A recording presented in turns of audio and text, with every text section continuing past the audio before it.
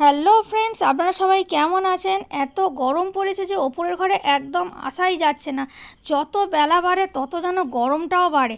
আর জানালা খোলা রাখলে সেই রোদের তাপটা এত এসে পড়ে যে ওপরের ঘর প্রচুর গরম করে দেয়, একদম ভালো লাগে না। আর আজকে লাঞ্চে করেছিলাম সিম্পল একটা মেনু, এঁচোড় চিংড়ি, আর তার সাথে করেছিলাম পাটালি দিয়ে আমের চাটনি, আর অনেক দিন পর করলাম নিম বেগুন।